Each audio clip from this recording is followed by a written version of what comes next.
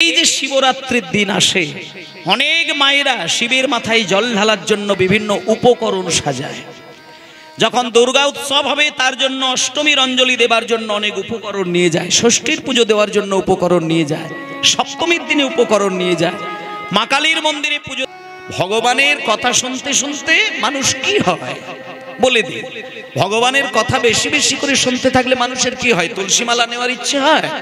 শোনেন, এই বিষয়গুলো একটু খুব অনুভব শক্তিটা বাড়াতে হবে। একটা মানুষ যদি 10 পালা 20 পালা 50 পালা 100 পালা কীর্তন শোনে, তার কি হয়? তুলসী মালা নেওয়ার ইচ্ছে হতেও পারে, নাও পারে। দীক্ষা নেওয়ার ইচ্ছে হতেও পারে, নাও পারে, নাও পারে। ওটা কোনো বিষয় নয়। সারা জীবন কীর্তন শুনছে, দেখবেন কোনোদিন তুলসী মালা সে জীবনে ছোঁয়নি, আর মন্ত্রও নেয়নি, গুরু মন্ত্রও নেয়নি। কিন্তু নিপাট ভদ্রলোক এমন আছেন, অনেক নিপাট ভদ্রলোক, 100% ভদ্রলোক, কিন্তু তুলসী মালা নেয়নি, গুরু মন্ত্র নেয়নি, নবদ্বীপ যায় না, কর্মের মধ্যে থাকে, স্ত্রী পুত্র পরিজনের যথাযোগ্য সম্মান দিয়ে চলেন, কর্তব্য পরায়ণ এবং তিনি ভদ্রলোক। এই ব্যক্তিরা যদি ধর্মের আসনে বসেন, এই ব্যক্তি যদি ভগবত কথা শোনেন, এই ব্যক্তি যদি কীর্তনের আসরে বসে বৈষ্ণব পদকর্তার কয়েকটি পদ শোনে, তাহলে কি হয় জানেন তো? তার ভেতরে থাকা যে 3টে গুণ, সত্যগুণ, রজগুণ, তমগুণ, যিনি ভদ্রলোক হবেন তিনি যদি কীর্তন আসরে বসে কীর্তন শোনে, তার সত্যগুণটা এত বেশি বৃদ্ধি পেয়ে যাবে যে ভগবানকে একবার ডাকলে পরেই ভগবান তার জন্য কাঁদতে শুরু করে দেবে। তোমাকে কাঁদতে হবে না, তোমাকে কাঁদার দরকার নেই। যে সাত্বিক গুণের অধিকারী হয় সে ভগবানের কাছে বসে ডাকলেই ভগবান কাঁদে। কারণ এমনি ভগবান বলেছেন যে আমি কথা দিয়ে দিলাম, আমার নাম ধরে যদি নীরবে 1 ফোঁটা জলে কেউ কাঁদে, আমি তার জন্য 100 ফোঁটা নয়নের জলে গোলকে বসে বসে কাঁদি। কেউ যদি আমার চিন্তা করে করে করে করে দেহটা ত্যাগ করে দেহ ছেড়ে দিয়ে স্বর্গ আরোহণ করে, আমি গোলকে বসে বসে সারাটা জীবন ধরে তার কথা ভাবি। ভগবান যে কত বড় দয়াময়, সেই অনুভবটা যদি আমাদের থাকতো, তাহলে কোনো কিছুর জন্য ভগবানের কাছে আমরা দায়ী করতাম না, আর ওই কপালের দোষ আমরা দিতাম না। তোমার এই দেহ তো রক্ত মাংস হাড় আর এই কপাল যাই বলো, সবই কিন্তু পুতুলের মতন করে ঈশ্বর গড়েছেন। তুমি সেখানে দায়ী করো না, কপালকে দায়ী করো না। তুমি নিজের দিকে তাকিয়ে দেখবে, তোমার চলা, তোমার বলা, তোমার চিন্তা, এই 3টের মধ্যে কোনো না কোনো গলদ আছে, তাই তুমি পাকে জড়িয়েছ, আর তার জন্য তুমি কপালকে দায়ী করছো। এই কপালেও ভগবান রয়েছে। তোমার এই কপাল, এখানে সহস্রদল পদ্ম ছড়িয়ে রয়েছে, যে সহস্রদল পদ্মে ব্রহ্ম বিরাজ করে, আর সেই কপালকে দায়ী করা মানে ব্রহ্মকে দায়ী করা। এগুলো বুঝে শুনে চলার দরকার। তাই কীর্তনের বাসর হলো সেটাই বাসর, যেখানে মানুষ বসে তার রাজসিক গুণকে দাপিয়ে রাখবে, তামসিক গুণকে দাপিয়ে দেবে, সাত্বিক গুণটাকে প্রকট করবে। আর সাত্বিক গুণ যার বেড়ে যাবে, তার দুটো শক্তি অনেক বেশি বৃদ্ধি পাবে। যার সাত্বিক গুণ বেড়ে যায়, তার সহনশীলতা আর গ্রহণশীলতা দেবতুল্য হয়ে যায়, দেবতুল্য হয়ে যায়। অনেক মানুষ আছে দেখবেন, যাকে আপনি দাঁড় করিয়ে 1000টা গালিগালাজ দেবেন, সে নীরবে চোখের দিকে তাকিয়ে প্রত্যেকটা গালিগালাজকে সে সহন করে নেবে, কিচ্ছু বলবে না, চোখের পলকটা 2-4 বার ফেলবে। কারণ সে পারে 1000 দুষ্ট মানুষের দুষ্ট কথাগুলো নীরবে হজম করে নিতে পারেন। কেন না? সে সাত্বিক গুণের অধিকারী, তার মধ্যে রাজসিক গুণ নেই, তার মধ্যে তামসিক গুণ নেই। সে ওগুলোকে, তার মন কেন কোথাও ছয় না, ও কানে আসে, কানের কাছ থেকে বেরিয়ে যায়, ভেতরে ধাক্কা দেয় না। কিন্তু যে ব্যক্তি রাজসিক আর তামসিক হবে, তার সহনশীলতা গ্রহণশীলতা থাকবে না। তাই একটা জিনিসের জন্যই ধর্ম পালন করা, ধর্ম পালন মানে তুলসী মালা, ধর্ম পালন মানে হরিমঞ্চে জল ঢালা, ধর্ম পালন মানে বছরে 4 বার বৃন্দাবন যাওয়া, ধর্ম পালন মানে দীক্ষা মন্ত্র নেওয়া, ধর্ম পালন মানে নিরামিষ খাওয়া। ওগুলো মানে ওপর দিক থেকে নয়, ওগুলো অনেক গভীরের ব্যাপার, ওগুলো গভীরের বিষয়। তুলসী মালা, জপের মালা, তিলক সেবা, ধুতি পাঞ্জাবি পরা, হ্যাঁ দীক্ষা মন্ত্র নেওয়া, ওগুলো অনেক উন্নত স্তরের বিষয়, ওগুলো আমি যাচ্ছি না। সনাতন ধর্মের কেউ যদি দাদু সঙ্গে তিলক সেবা করে আর পিছন দিকে শিখা রেখে, শিখা তো চৈতন্যের প্রকাশ, অনেকে বলে চৈতন্য রেখেছে, কথাটা শুনতে খারাপ লাগলেও কথাটা ঠিক। চৈতন্য মানে যার চেতনার পূর্ণমাত্রা রূপ দেখা দিয়েছে কেবল সেই চৈতন্যটা রাখবে। আমি কিন্তু চৈতন্য রাখি না, কারণ একটা কীর্তনিয়া সে কোনোদিন পূর্ণমাত্রায় চেতনার সঙ্গে থাকতে পারে না, কারণ পূর্ণ চেতনার সঙ্গে যিনি বিরাজ করবেন তিনি কীর্তন গাইতেই পারবেন না, কীর্তন গাইতেই পারবেন না। খুব গভীরের বিষয়। পূর্ণ মাত্রায় যার চেতন এসেছেন, আধ্যাত্মিক চেতনা যার সাগর হয়ে গেছে, সে হরিবাসরে বসে কীর্তনও শুনতে পারবে না, পারবে না কোনোদিন। কারণ এই যে রঙ্গতামাশার কীর্তন, এখানে একজন পরিপূর্ণ সাধক কোনোদিন 1 মিনিট বসে থাকতে পারবে না, কারণ পরিপূর্ণ চৈতন্যের সাগর যিনি হবেন তিনি একবার শুধু কৃষ্ণ বলবেন, কাঁদতে কাঁদতে জ্ঞান হারিয়ে যাবে। তার জ্ঞান ফেরাতে গেলে সেই সাধকেরই কান্নার দরকার হয় তার কর্ণের সামনে, তবে তার জ্ঞান ফেরে। চৈতন্য মহাপ্রভু যখন হা কৃষ্ণ বলতে বলতে বলতে বলতে বুক চাপড়ে পাথরের উপরে পড়ে যায়, তখন অদ্বৈত ঠাকুর শুধু কাছে গিয়ে বলে, অদ্বৈত ঠাকুর কাছে গিয়ে বলে, নিমাই, এ জগতে সবাই তোর এই রূপটা দেখতে পারলেও আমি কিন্তু তোর রূপটা দেখতে পারি না, কারণ আমি তোকে নামিয়ে নিয়ে এসেছি। আমি গঙ্গার জলে তিল তুলসী দিয়ে একদিন নয়, 1 মাস নয়, কয়েকটা বছরই আমি কেঁদেছিলাম, কিন্তু যেদিন আমার সর্বশক্তি দিয়ে অঞ্জলি দিয়েছিলাম, সেদিন আমি কাঁদতে কাঁদতে আমার শেষ কথা বলেছিলাম, এই আমার শেষ ডাক। ভক্তকে তুমি রক্ষা করতে যদি পারো তো আমি তোমার নাম ধরে ডাকবো, নচেত আমি ডাকবো না। যারা ভক্ত হয় তাদেরকে কত জ্বালা, কত যন্ত্রণা সহ্য করতে হয়। একটা অল্প বয়সী বিধবা মেয়ে, সে যদি তুলসী পাতার মতো পবিত্র থাকে, তবুও তাকে যে যন্ত্রণাটা বহন করে সমাজের মাটিতে মাথা নত করে চলতে হয়, তেমন তুলসী মালা, ধুতি পাঞ্জাবি পরা, তিলক সেবা, এইরকম সনাতনী মানুষদের একই রকম অত্যাচার সহ্য করে যেতে হয়। কোনো কথা বলা যায় না, কথা বলা যায় না। তাহলে এহেন অদ্বৈত ঠাকুর তিনি আমাদের জন্য কেঁদেছেন, তার জন্য কাঁদেননি। অদ্বৈত আচার্য তিনি পরম বৈষ্ণব, তিনি যে পৈতেটি গলায় ঝুলিয়েছিলেন তার মধ্যে 9টি সুতো ছিল না, 12টি সুতো ছিল। অদ্বৈত ঠাকুরের মতো এত চরম ব্রাহ্মণ ত্রিভুবনে ছিল না, তিনি 12টি সুতোর গুণ সম্পন্ন ব্রাহ্মণ ছিলেন। সেই অদ্বৈত ঠাকুর কেঁদে কেঁদে গঙ্গার জলে আছাড় খেয়ে কেঁদেছিলেন কি নিজের সুখের জন্য? না, তিনি নিজের কল্যাণের জন্য নয়, আমাদের বাংলার ভক্তদের জন্য, যারা ভক্ত তাদেরকে রক্ষা করার জন্য তিনি কেঁদেছিলেন। এবং সেই কান্না যখন শেষ কান্না হয়ে গেল, বারবার ডাকতে ডাকতে যখন ভগবানের কোনো সাক্ষাৎই মিলল না, সেদিন বুকে পাথর চাপিয়ে কেঁদেছিলেন। পাথর চাপিয়ে কেঁদে গঙ্গার ধারে বলেছিল, হে ঠাকুর, তুমি আমার কোনো কথাই শুনলে না, আজকে আমি শেষ কথা বলে দিলাম, ভক্তকে রক্ষার জন্য তুমি যদি শীঘ্রই নেমে না আসো, আজ থেকে আমি কথা দিলাম তোমার নাম ধরে আর আমি কোনোদিন কাঁদবো না। এই আমার শেষ ডাক, এই আমার শেষ ডাক, এই আমার শেষ ডাক। তিল তুলসী ভাসিয়ে দিলেন। যখন এই শেষ দিনের তিল তুলসী ভাসিয়ে দিলেন, ওই দিনের তুলসী পত্র কিন্তু স্রোতের বিপরীত দিকে চলল। অবাক দৃশ্য, প্রখর স্রোতের জল যেদিকে যাচ্ছে, সেদিন তুলসী পত্র তার উল্টো দিকে বয়ে যাচ্ছে।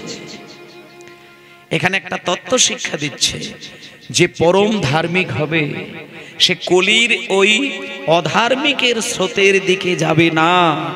কলির অধার্মিকের স্রোত যতই জোরে বয়ে যাক না কেন, যে পরম ধার্মিক হবে সে ওই অধার্মিকের স্রোতের বিপরীত দিকেই ছুটবে, সে অনেক বাধা টেনে ছুটবে।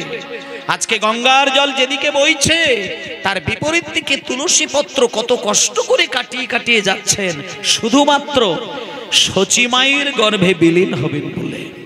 তা সেই সচিমায়ের গর্ভে তুলসীপত্র বিলীন হয়ে কয়েক মাস পরে যে রত্ন জন্ম নিয়েছিল সেই রত্ন হলেন আমার শ্রীমান চৈতন্য মহাপ্রভু। নিতাই গৌর প্রেমানন্দে হরি বল হরি। তাই আমাদের একটা গুরু দায়িত্ব রাখতেই হবে। আমরা নিতাইকে ভালোবাসি, আমরা গৌরকে ভালোবাসি, কিন্তু আমরা অদ্বৈত ঠাকুরকে কেন ভালোবাসি না? অদ্বৈত ঠাকুর যদি আমাদের না আসতেন, আমরা চৈতন্যকে জানতাম কি করে, চৈতন্যকে পেতাম কি করে? অদ্বৈতের অপার করুণা ছিল বাংলার মানুষের জন্য, অদ্বৈতের ভক্তির সাগর ছিল হৃদয়ে, সেই শক্তি ঢেলে ভক্তি ঢেলে আমাদের জন্য নিয়ে এসেছিলেন চৈতন্যদেবকে। তাই ভক্তমণ্ডলী মায়েরা, আজকে সেই চৈতন্যদেব যখন হাকৃষ্ণ হাকৃষ্ণ হাকৃষ্ণ বলতে বলতে কঠিন পাথরে বুক ছাপটে পড়ে যায়, জ্ঞান হারিয়ে যায়। যে জ্ঞান জল দিলেও ফেরে না, সারা অঙ্গ বালতি বালতি জল ঢাললেও নিমায়ের জ্ঞান ফিরত না। নিমাই কৃষ্ণ কৃষ্ণ বলে কাঁদতে কাঁদতে মূর্ছা চলে যায়। জ্ঞান ফিরত কখন? যদি কোনো পরম বৈষ্ণব এসে নিমায়ের দুটো কানে কৃষ্ণ নাম শুনিয়ে দিতেন, তখন নিমায়ের আবার চেতনা জেগে যেত। তাই মায়েরা, পরম ভক্তের মুখ থেকে কৃষ্ণ নাম শুনলে যেমন চেতনা এসে যেত নিমায়ের, এইরকমই পরম ভক্ত হতে হবে, যে পরম ভক্তের মুখ থেকে কৃষ্ণ নাম শুনলে প্রত্যেকটি মানুষের ভেতরে থাকা মোহ অজ্ঞান অন্ধকারটা যেন ভেঙে গিয়ে চেতনার সাগর বেড়ে যায়। আর সেটা যদি আনতে হয় তাহলে কি করতে হবে? সাত্বিক গুণের অধিকারী হতে হবে। তুলসী মালা পরে নেবেন, এখন নিতে হবে না। মালার মর্যাদা যখন পরিপূর্ণ দিতে পারবেন বলে নিজেকে তৈরি হয়েছেন, সেদিন নেবেন। নেওয়ার আশা থাকুক, আপনাকে নিতে হবে না, আপনাকে মালা নিতে হবে না, আপনাকে তিলক সেবা করতে হবে না, আপনাকে নিরামিষ খেতে হবে না, আপনাকে গুরু দীক্ষা নিতে হবে না। সমস্ত কর্ম আপনার অঙ্গের সঙ্গে মনের সঙ্গে জড়িয়ে যাবে। শুধু নিজের সব কিছুগুলোকে পরিবর্তন করে ফেলো। চৈতন্যদেব এগুলোই বলেছেন। স্বামী বিবেকানন্দও সেই দিকগুলো লক্ষ্য করেছেন। স্বামীজিও বলেছিলেন, তোরা যদি আমিষ আহার বন্ধ করে দিলে বুকে ব্যথা পাস, আমিষ খেতে না দিলে তোদের যদি লুকিয়ে লুকিয়ে খাবার ইচ্ছাটা হয়, তাহলে আমি তোদের বলে দিই, লুকিয়ে খেতে হবে না, সামনেই খা। শুধু ধর্মটাকে জড়িয়ে ধর, অধর্মটাকে কাছে আনিস না।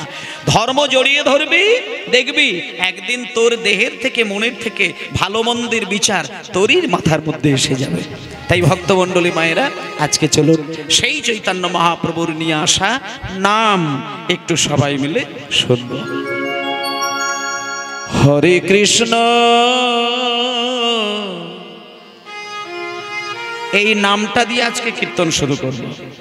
এই নামের যত্ন প্রত্যেকেই নেবেন। বাইরে থেকে কতখানি আপনি বৈষ্ণব হয়েছেন ওটা কাউকে দেখানোর দরকার নেই। আমরা যে যে কর্ম করি সেই কর্মই আমার সব মূলধন, এটা ভাবতে হবে।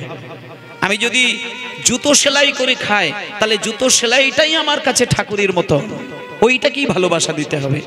ওই কর্মের মধ্যেই মন বসালে ওই কর্ম তোমাকে ধর্মের পথে টানবে। কর্মকে ভালোবাসো, ওই তোমাকে ধর্মের দিকে ধাবিত করবে।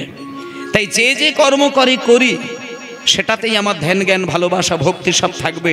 এবার সব কিছুকে মিলিয়ে মিশিয়ে আমার যে চেতনা থাকবে সেটা হলো কৃষ্ণ নাম। নামটা আমার সঙ্গে থাকলো, নামের পরে কিছু হবে না। যে নাম মহাপ্রভু দিয়েছেন, হরে কৃষ্ণ হরে কৃষ্ণ কৃষ্ণ কৃষ্ণ হরে হরে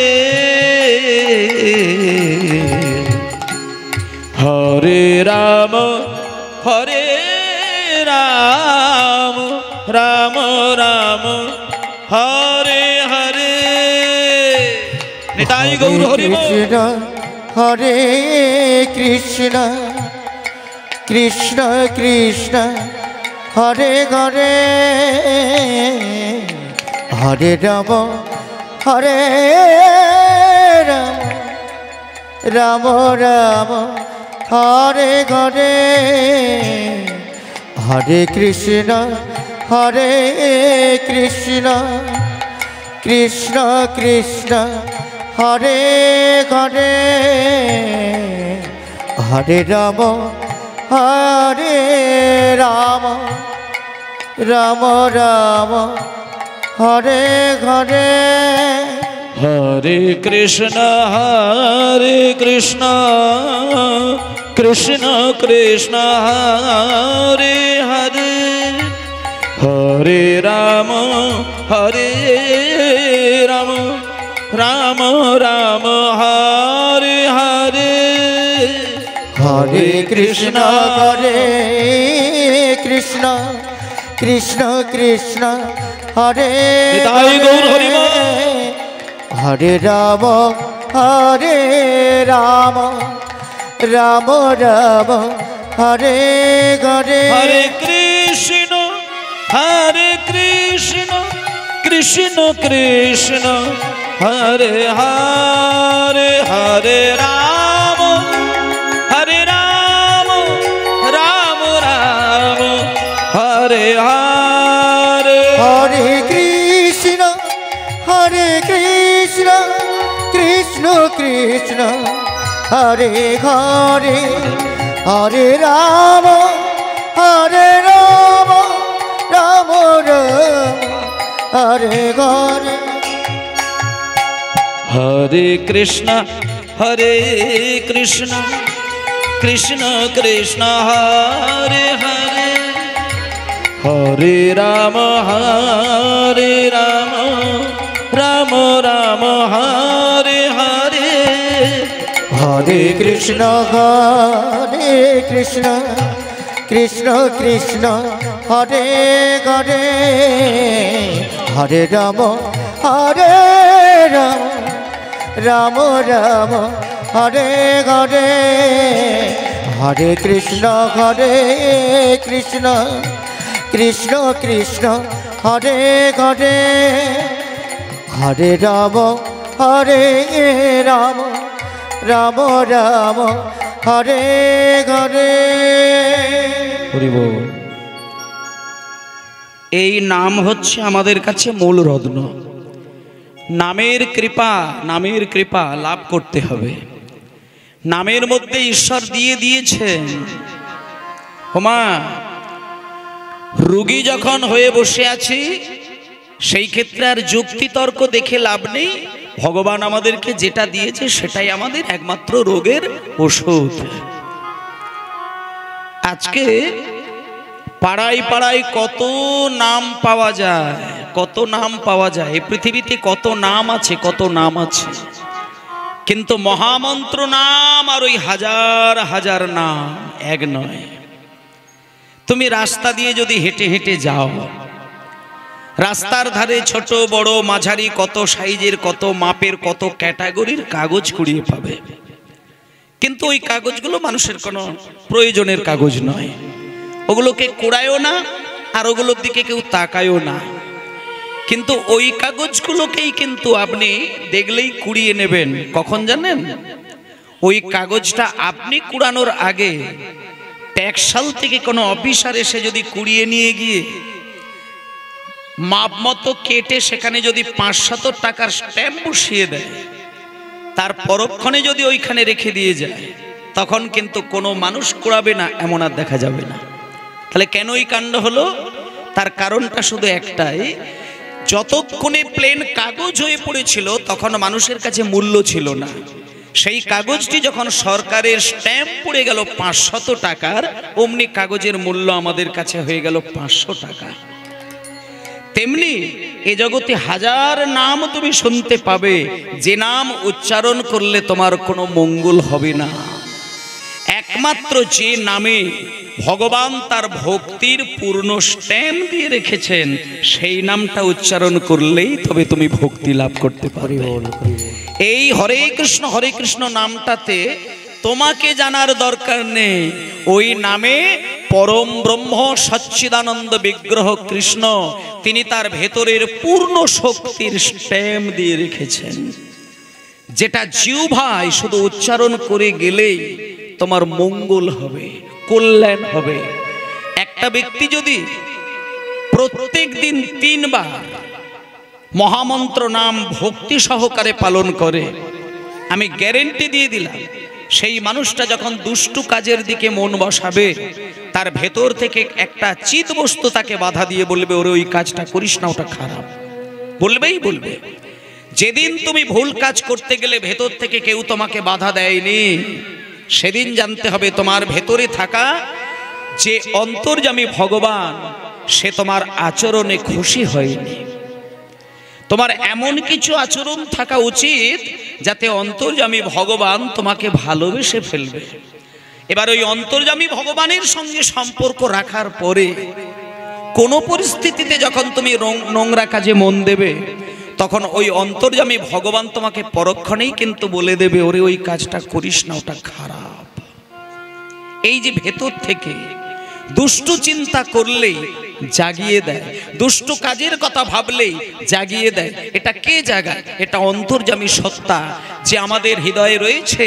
তাকে জাগিয়ে রাখলেই সে কিন্তু তোমাকে জাগাবে, তাকে ঘুমিয়ে রাখলে তুমি ঘুমে শেষ হয়ে যাবে।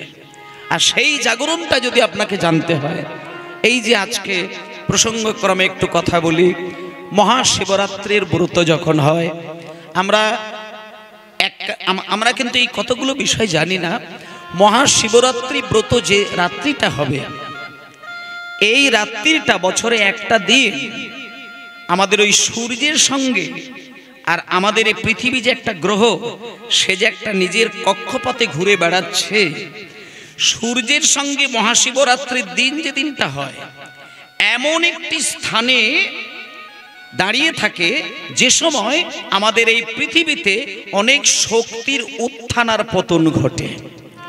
আর এই সময় যদি কেউ রাত্রিটা ঘুমিয়ে কাটায়, সে অনেক কিছু জিনিস বঞ্চিত হয়ে যায় পাওয়া থেকে, এবং অনেক কিছু নিজের থাকা জিনিস হারিয়ে যায়।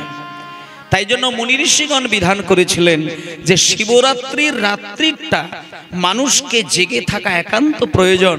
তাই শিবরাত্রির দিনে প্রত্যেক পাড়ায়, প্রত্যেক গ্রামে একটা করে অনুষ্ঠানের রীতি তৈরি করেছিলেন। সেই অনুষ্ঠানটা করার একমাত্র কারণ শুধু জেগে থাকার জন্য, ঘুমানোর জন্য নয়। ওই সময় যদি এই পৃথিবী পৃষ্ঠে মানুষ মেরুদণ্ড সোজা করে বসে শুধু শিবের উপাসনায় মন দিতে পারে, অলৌকিক শক্তির অধিকারী হতে পারে ওই একটা দিনের জন্য। শুধু একটা দিন, শুধু শিবরাত্রিটা, কিছু করতে হবে না। তোমাকে শিবের মাথায় জল ঢালতে হবে না, দরকার নেই। যদি পারো ঢালবে, সেটা অনেক বেশি। আর যদি নাও পারো, অন্তত পক্ষে সন্ধ্যা 6টা থেকে সকাল 6টা পর্যন্ত কষ্ট হবে বটে, কিন্তু তোমাকে সোজা হয়ে জেগে থাকতে হবে, ঘুমানো যাবে না। আপনি যদি ঘুমিয়ে পড়েন, আপনার অনেক কিছু ক্ষতি হতে পারে। কারণ ওই সময় মায়েদের একটা কথা বলি, মহাশিবরাত্রির ব্রত যে রাত্রিটা হয়, ওই রাত্রিতে মানুষ যে চিন্তায় থাকে, সেই চিন্তা অনুসারে তার জীবনে, তার অন্তরে, তার মস্তিষ্কে, তার দেহে এবং তার জগৎ সংসারে তার বৃদ্ধি ঘটে। মহাশিবরাত্রির দিনে যদি কেউ ঘুমিয়ে কাটায়, তাহলে 365 দিন তার ঘুমের প্রবণতা কাজ করবে। মহাশিবরাত্রির দিনে যদি কেউ অধর্মের চিন্তা করে, তার 365 দিন অধর্মের দিকে মন ধাবিত হবে, চিন্তা ধাবিত হবে। মহাশিবরাত্রির দিনে যদি কেউ গ্রন্থ পাঠ করে রাত্রির কাটায়, তার 12 মাস শাস্ত্র পড়ার প্রতি একটা আগ্রহ তৈরি হবে। ওই দিনটা যে যে চিন্তা করে কাটাবে, সেই চিন্তার উপরে আজকে আমাদের পরম ব্রহ্ম ভগবান তাকে সেই মতন করে দান করবেন। এটা প্রমাণ নেওয়ার জন্য আমি এই বছর আপনাদের বলে দেব, জল ঢালাটা অনেক দূরের বিষয়, ওটা যদি না হয় তো ঢালার দরকার নেই, দেবেন না। আপনি শিবের নাম করে হাতে করে জল ঢেলে দেবেন, ওই জল শিবের চরণে চলে যাবে। আপনি শুধু ওই মহাশিবরাত্রির রাত্রিটা সারা রাত শুধুমাত্র মোহমায়া ছিন্ন করে পরম বৈষ্ণব ভোলানাথের নামে আত্মসমর্পণ করবেন। ভোলানাথের কাছে কি সম্পদ আছে আপনারা জানেন না। একমাত্র সংসারের একটা মানুষকে পরম শান্তির সাগর দেখাতে পারেন, সেটা হচ্ছে দেবাদিদেব মহাদেব। এই যে মহাদেবকে আমরা ডাকি কেন? বর পাওয়ার জন্য। অনেক মায়েরা ভাবে যে ভোলানাথের মাথায় জল ঢাললে স্বামী বোধহয় ভালো হয়। শোনেন, ভোলানাথের মতন করে যদি আপনার স্বামীর চরিত্রটা গঠন হয় না, আপনি সংসার করতে পারবেন না, সংসার করতে পারবেন না। আপনি ভোলানাথের মতো যদি বরকে একবার বলেন যে তুমি ভোলানাথের মতো হয়ে যাও, তারপরে যদি বলো যে আমাকে একটা দামি শাড়ি কিনে দাও, গয়না কিনে দাও, ভোলানাথের মতো হলে কিন্তু তোমায় দেবে না।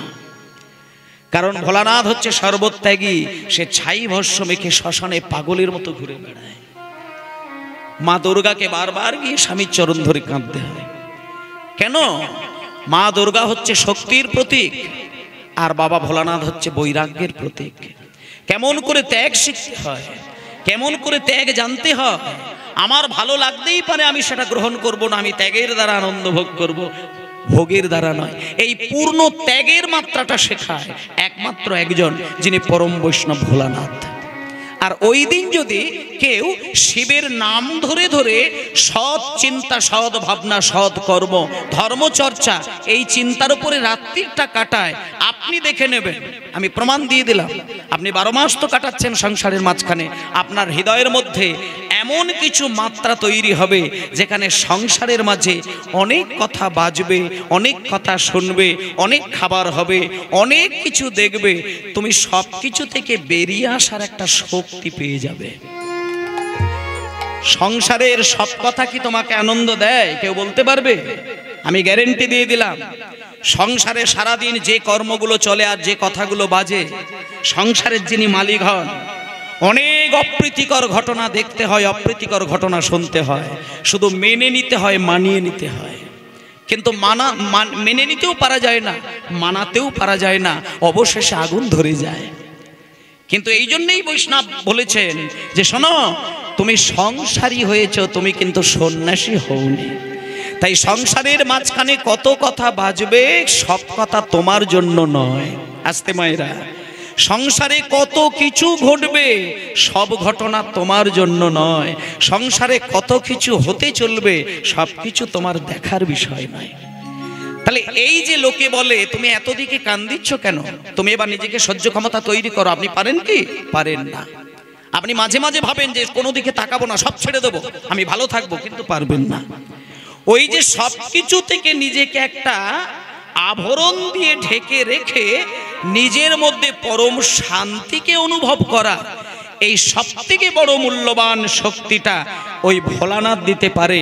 আর ভোলানাথ 365 দিন যেটা দিতে পারে না, ওই মহাশিবরাত্রির দিন যে ব্যক্তি জেগে কাটায় আর ওনার চরণে আত্মসমর্পণ করেন, ওই দিন ভোলানাথ পাগল হয়ে যায়, উদার হয়ে যায়, ওই দিন সকলকে দেবার জন্য পাগল হয়ে যায়। যে ব্যক্তি ওই দিন ডাকে, সে ভোলানাথের সব কৃপা প্রার্থী হয়ে যায়। নিতাই গৌর প্রেমানন্দে হরি বল। তাই শিবরাত্রির দিন কেউ ঘুমাবেন না, আমি আপনাদের কাছে করজোড়ে বিনয় করে বলে যাই, 12 মাস সমান ওই দিন ঘুমাবেন না, যেন তেন প্রকারে জেগে থাকবেন। কিন্তু আবার এটা ভাববেন না যে আমি ফোন দেখে দেখে রাত কাটাবো। ফোনের মধ্যে যদি কোনো খারাপ জিনিস দেখে দেখে রাত কাটান, ফোনে একটা সিনেমা দেখলেন, সিরিয়াল দেখলেন, তাহলে কিন্তু আপনার চিন্তাটা কিন্তু অন্যদিকে থাকলো, তাহলে ওইটাই আপনার বৃদ্ধি পাবে, বৈষ্ণব হওয়াটা কিন্তু হবে না। আপনি যে চিন্তায় থাকবেন তার উত্থান ঘটবে, এটা চিন্তা করবেন। একমাত্র ওই দিন 4টে প্রহর আপনারা যে চিন্তায় ডুববেন তারই উত্থান ঘটবে, এই চিন্তা করে চলবেন। বাকি দিনগুলো কি করবেন সেটা দেখার দরকার নেই। এই হচ্ছে আমাদের আসল বিষয়। তাই চলুন, আজকে আর বেশি কথা নয়, এইবার ধীরে ধীরে দুটি বাহু তুলে মুখে হরি মোলে,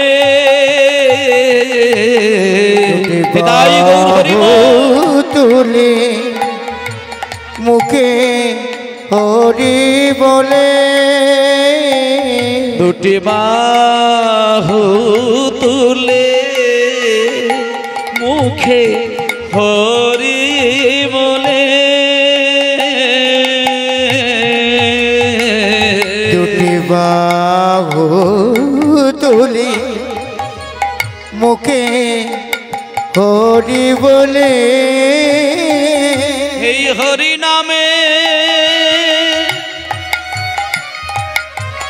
পূর্ণ হবে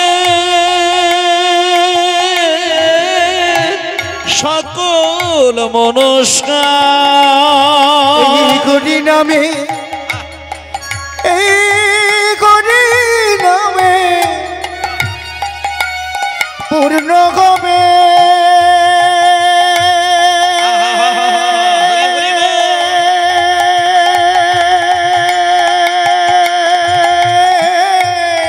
বলিহারি সকল মনস্কার। ওরে প্রেম ওরে প্রেম ওরে প্রেম ওরে প্রেম ওরে প্রেম ওরে প্রেম নিবি ওরে প্রেম নিবি আয় বদন ভরে বলে রে হরি না বদন ভরে বলে রে ঘরি না প্রেম নিবিয়াই বদন ভরে বলে রে ঘরি না। নিতাই গৌর হরি বল গৌর হরি বল গৌর হরি বল। প্রেম সম্পদের ওপরে কোনো শব্দ আর যায় না। প্রেম যিনি পেয়েছেন তিনি সব থেকে বড় একজন মহারাজ। রাজার মহারাজা দুটোর মধ্যে একটা ফেরাক আছে। রাজার সঙ্গে মহারাজার অনেক তফাৎ, অনেক অনেক। এই যে আমাদের সারা ভারতবর্ষের এখন যদি বলা যায় যে ভারতের রাজাকে, তিনি কিন্তু নরেন্দ্র মোদীর নামটা বলবেন। তিনি এখন আমাদের রাজা, ভারতবর্ষের রাজা হচ্ছেন নরেন্দ্র মোদী। কিন্তু সেই ভারতবর্ষের রাজা নরেন্দ্র মোদী তিনি কিন্তু রাজা, তিনি কিন্তু রাজা। আবার ওই নরেন্দ্র মোদী যখন বেলুর মঠে এসে সেইখানে গিয়ে ওই বেলুর মঠের যিনি সাধক তাকে যখন দেখা করতে আসবে, তিনি কিন্তু আবার ওই রাজা, তাকে কিন্তু আর রাজা বলবে না, তাকে মহারাজ বলবেন। মানে এই রাজার থেকেও বেলুরের রাজার কিন্তু অর্থ অনেক বেশি আছে। এনার কাছে অর্থ যা আছে বেলুরের মহারাজের কাছে তার থেকে অনেক বেশি অর্থ আছে। কেন না, তার কারণ হচ্ছে ইনি সারা ভারতের রাজা, ইনি শুধু ওই প্রাকৃত জগতের টাকা পয়সার রাজা। তাই উনি রাজার মধ্যেই সীমা, উনি মহারাজ বলা যাবে না। আর বেলুর মঠের যিনি সাধক তেনাকে মহারাজ বলছেন, বৃন্দাবনের যিনি সাধক তাকে মহারাজ বলছেন, নবদ্বীপের যিনি সাধক তাকে মহারাজ বলছেন, নিতাই বাড়ির যিনি সাধক তাকে মহারাজ বলছেন। কেন না, তিনি হচ্ছেন অপ্রাকৃত জগতের প্রেম ধনের রাজা, তাই তিনি মহারাজা। ওখানে প্রেম আছে, যেখানে প্রেম আছে সেখানে শান্তি আছে। আর যেখানে শুধু টাকা পয়সা সোনাদানার পাহাড় আছে সেখানে যন্ত্রণা আছে। তাই এখানে রাজাকে দেখা যায় কিন্তু মহারাজকে দেখা যায় না। যে মহারাজের চরণ ধরে কাঁদে সে প্রেম লাভ করে, আর যে রাজার চরণ ধরে কাঁদে মনে করলে রাজা হয়তো 10 লক্ষ টাকা দিতে পারে কিন্তু প্রেম দিতে পারবে না। আর সেই প্রেমটা দেবার জন্য আমাদের একমাত্র চৈতন্যদেবের আশা। এবং তিনি এসেছিলেন বাংলায়, বেশি দিন কিন্তু উনি কাটাতে পারেননি। আমাদের ঘরের ছেলে হয়ে জন্ম নিয়েছিলেন, একেবারে ঘরের ছেলে নিমাই। নিমাই তো তার নাম ছিল না, তার নিমাই তার নাম, কিন্তু তার আরেকটা ভালো নাম ছিল বিশ্বম্ভর। তিনি বিশ্বম্ভর, তিনি নিমাই, তিনি গৌর, তিনি গোরা। কিন্তু তার পরবর্তীকালে কিন্তু একটা নামকরণ করে দিয়েছিলেন। এবং কে করেছিলেন? কেশব ভারতী মহারাজ করেছিলেন। কেশব ভারতী মহারাজ নিমাইয়ের একটা নামকরণ করে দিয়েছিলেন, যে নামটা শ্রীকৃষ্ণ চৈতন্য মহাপ্রভু। মানে তিনি চৈতন্যের সাগর বলে তার নাম হয়ে গিয়েছিল চৈতন্য দেব। মাগো, বেশি দিনের ছেলে নয়, মাত্র 24টি বছরের বালক।